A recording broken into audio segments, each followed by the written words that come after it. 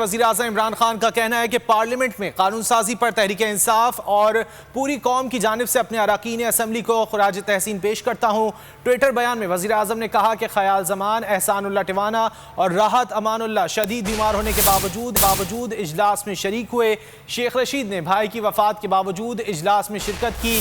सब MNAs के जज्बे को सराहता हूँ। वज़ीर-ए-आज़म इमरान खान का कहना है कि पार्लियामेंट में कानून साजी पर तहरीक इंसाफ और पूरी कौम की जानिब से अपने अरकान असम्बली को खिराज तहसीन पेश करता हूँ। ट्विटर बयान में वज़ीर-ए-आज़म ने कहा कि ख़याल ज़मान, एहसानुल्लाह टिवाना और राहत अमानुल्लाह शदीद बीमार होने के बावजूद इजलास में शरीक हुए।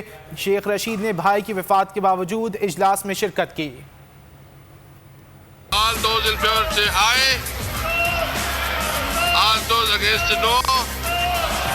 I think ayes have it and constitutional amendment is adopted.